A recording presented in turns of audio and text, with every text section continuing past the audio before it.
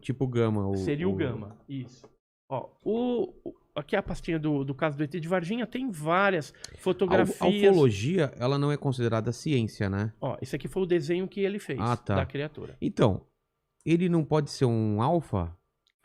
Então, como ele tinha uns calombos na cabeça, né, não necessariamente chifre, tinha os olhos vermelhos, Tá. então a gente classificou essa criatura como um gama. Parecia 100 polegares, tá Ele não escrito. tinha polegar, tinha 3 dedos nas mãos e 2 dedos nos pés, Tá. como se fosse um charuto meio gordo, assim. Entendi. E na época de Varginha, nós estivemos pesquisando dentro do grupo dos 7. O que era o grupo dos 7? Eram 7 investigadores que tiveram acesso irrestrito a todo o material de Varginha. Depoimento de militares do Exército, da Polícia Militar, do Corpo de Bombeiros, civis também. Então, esse grupo trocava informações naquela época e tinha acesso a tudo que era importante. Quem que era esse grupo? Era o Birajara Franco Rodrigues, de Varginha mesmo, ele morava lá, um advogado. O Vitório Pacatini, que era do grupo do Cicoane, do Úvio Brant Aleixo. Tinha o Claudeir Covo, falecido Claudeir Covo, que era esse engenheiro, um cara super sério. E eu era o quarto homem, né, do grupo dos 7, porque eu era vice-presidente do INFA, que era o grupo que o Claudeir presidia aqui em São Paulo. Aí eu chamei o meu vice-presidente lá do Guarujá, que eu era o presidente do GUG, Grupo Ufológico do Guarujá, que é o Jamil Villanova. Como ele era muito expert em desenho, você também é, né? Ele fazia os desenhos para nós. Tipo um retrato falado. Retrato falado, com as testemunhas, né? Então, ele foi muito útil, o Jamil Villanova, na pesquisa de Varginha. E depois nós acrescentamos no grupo do 7 o Eduardo e Oswaldo Mondini, que eram 2 irmãos gêmeos de Sumaré, para investigar o caso, porque o que aconteceu em Varginha? Foram capturados criaturas, teve todo o acobertamento militar, é um arquivo X real mesmo, Caramba. Varginha. E aí depois foi levado para a ESA, instalação do Exército, e do Exército foi feito um comboio no dia do dia 23 para o dia 24 de janeiro de 96, quando então levaram essas criaturas, uma viva e uma morta, para a Unicamp, a Universidade Quem de relatou Campinas. isso? Pessoas que trabalham com o Badam Palhares, né, que estavam lá na Unicamp, e militares que participaram desse comboio. Caramba. Ou seja, eles foram para lá, levaram as criaturas e entregaram para o Badam Palhares. Eu cheguei a conversar e ter o depoimento de 2 enfermeiras que viram essa criatura lá.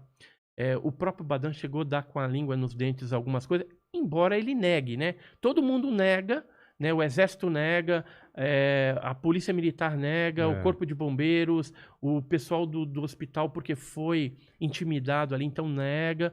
E na Unicamp eles também negam, Então, embora a criatura passou por lá e os americanos depois estiveram lá e levaram essa criatura. Uma delas ficou no Brasil, foi para Iperó, que é uma base da morta Marinha. ou a viva? Então, aí a gente não sabe, se foi a viva ou a morta. Eu acredito que é a morta, entendeu? A morta, né? Você acha que os Estados Unidos vai deixar viva Não, aqui? os Estados Unidos pega tudo da gente, cara. Tudo. Então, mas a quem interessa acobertar isso? Porque não seria bom divulgar essas coisas para a população? Qual é a vantagem de calar todo mundo? Depende, né? Você tem que ver algumas coisas e a forma de como que vai divulgar isso para a população. Por que os militares acobertam e não divulgam? Primeiro fator é pânico. Porque se tiver um pânico generalizado, imagina só, lá em Varginha, que ocorreu esse arquivo X, inclusive morreu um PM, que é esse daqui, o Marco Eli Xerez. Ele morreu como? Por quê? Ele capturou o ET de mão limpa e veio... Sem proteção. Sem proteção. E ele tomou um arranhão embaixo da axila, do braço, e depois de um tempo ele veio a ter alguma infecção, alguma coisa lá, e veio a falecer. Né? Mas ele certamente capturou a criatura. Tem uma estátua baseada no... Estátua do Isso, ET tem de Varginha. estátua. Já foi em Varginha? Não, mas falaram que tem um comércio todo em volta do Tem ET. nave, É, tem estátua, tem uma caixa d'água em forma é. de ET, é bem bacana. Talvez você não saiba, Mandíbula, mas eu fiz a capa do jogo, acho que se eu não me engano, um dos primeiros jogos feitos aqui no Brasil que chamava ET de Varginha, um jogo em DVD. Pô, isso aí é legal, Lembra hein? disso aí? Lembro, Eu fiz a lembro. capa dele, eu pintei. Que legal. E Olha aqui, então, esse aqui, todos é de Varginha? tudo de Varginha, desenhos. Esse aqui foi feito por militares que capturaram no Rio Verde uma dessas criaturas meses depois que E aconteceu o todos fato com as relatam as meninas. coisinhas na cabeça aqui, né? Os calombinhos na mão. Isso. Isso aqui foi um desenho do militar. Eu tenho o original aqui para te mostrar. Eu trouxe.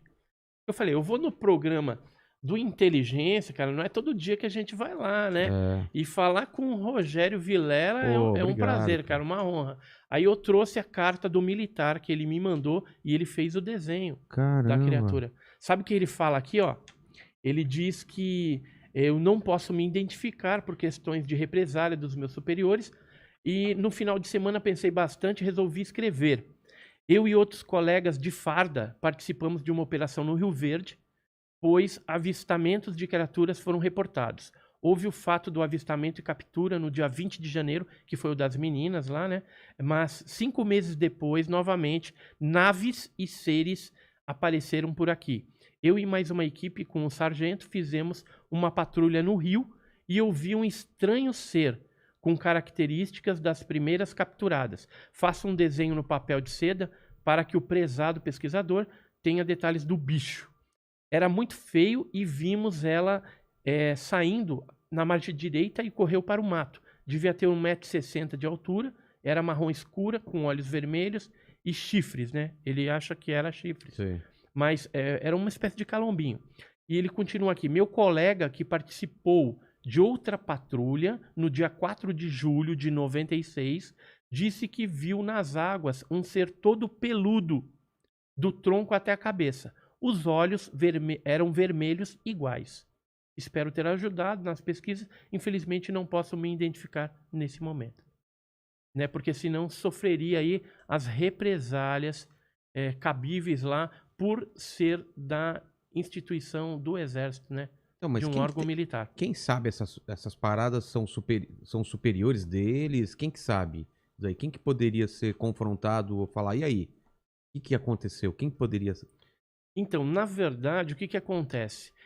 Muito do que se levantou de Varginha foi classificado como ultra secreto ou até acima. Então, esse tipo de classificação a gente não consegue ainda pedir a liberação. Mas o presidente pode?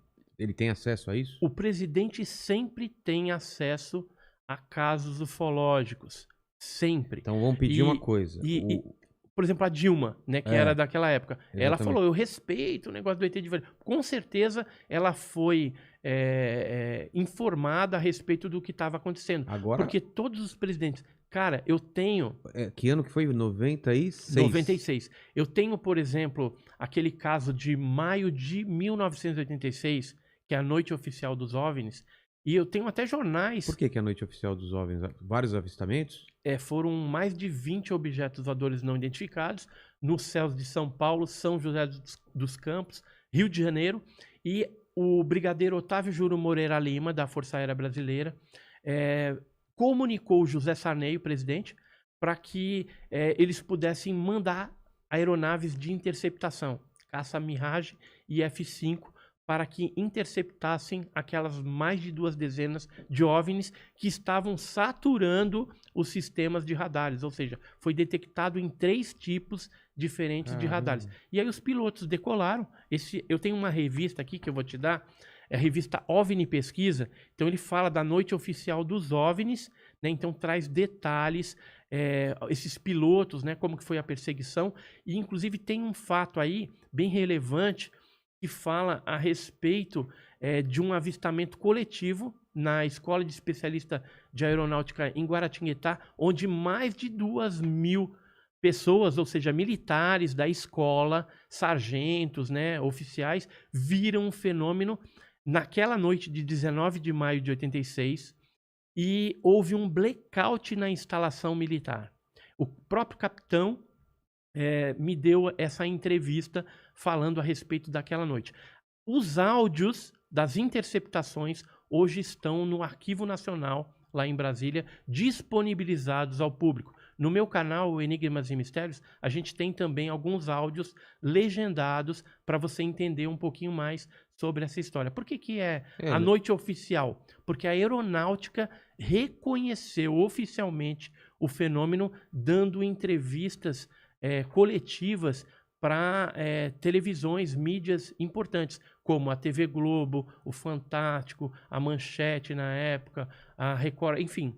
Houve uma divulgação bem interessante por parte desse caso, onde teve testemunhas de credibilidade, ou seja, pilotos, militares que viram os OVNIs, né? E ficou confirmado que se tratavam de objetos voadores não identificados. Inclusive, o governo brasileiro comunicou o Departamento de Defesa norte-americano. Eu tenho um fax em inglês, né, onde eles falam até, dão detalhes ali que o Osiris Silva, né, que era ex-presidente da Embraer, né, estava, parece, indo assumir a Petrobras ou a Embraer, não lembro, saindo de um para o outro.